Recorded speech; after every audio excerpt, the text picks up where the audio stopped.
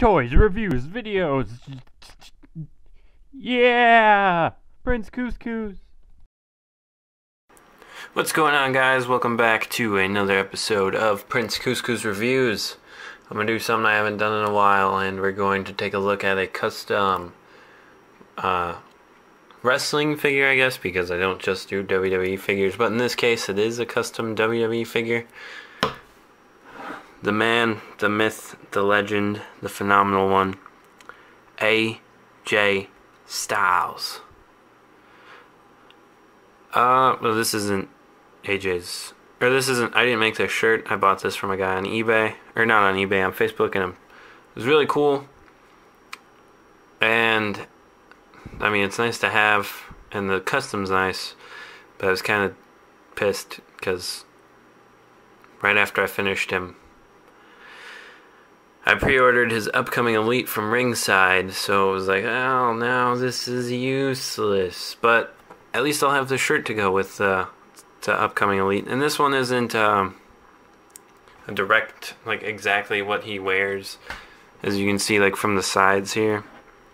It's kind of my own thing a little bit. I mean, I usually take liberties with most of my figures and give them their own, or my own little personal spin on them. So we'll get this off of him, and we will take a look at the figure.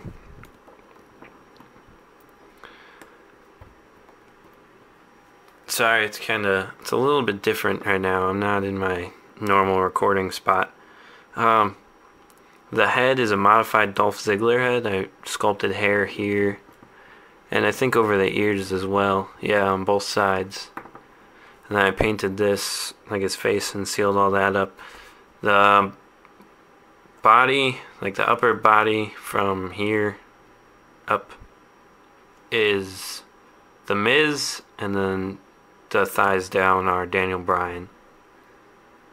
It gave him like the necessary AJ, because he's kind of tan, but it also was because it matched the Ziggler skin tone, while also making him short, because AJ is pretty small. I originally had a modified, like I cut the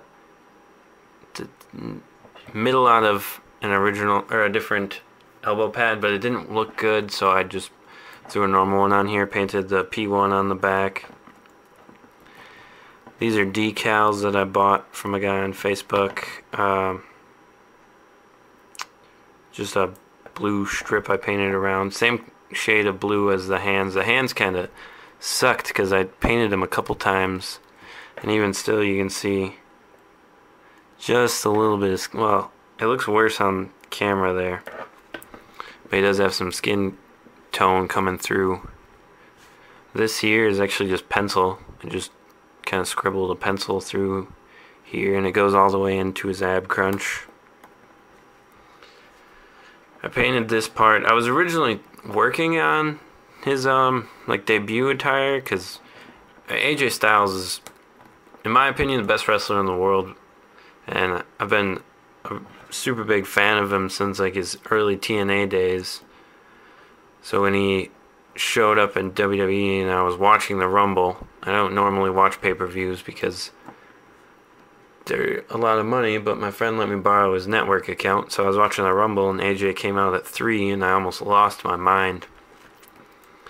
I painted the P1 on there, and it turned out really well. I think it looks super good. Same with this. I mean, it's just the number 1, but it looks awesome on his boot. And then this part here, those are kind of taken from his TNA days when he was like Ric Flair's understudy. I felt like he kind of had that going for him there. So I put it on both sides. The no one is from his later TNA days when he was a loner. So like it's kind of all over the place. I mean, the colors are based off of his WWE debut, the blue, the black, and the white. But like this is something he just recently started doing. The blue knee pads are more recent. And then this is kind of older TNA stuff. So it's just a amalgamation of AJ Styles looks. But I mean, he looks pretty good. I'm super happy with the way he turned out, even though I think it's one of these knees. This one might actually be both of them. Yeah, mostly this one. The skin's showing up there. I sanded it down too already, and it still is doing it. I mean, it is blocked by the knee pad though, so it's cool. And I'm trying to decide whether I want to get rid of him or if I should keep him just because, I mean, he looks awesome.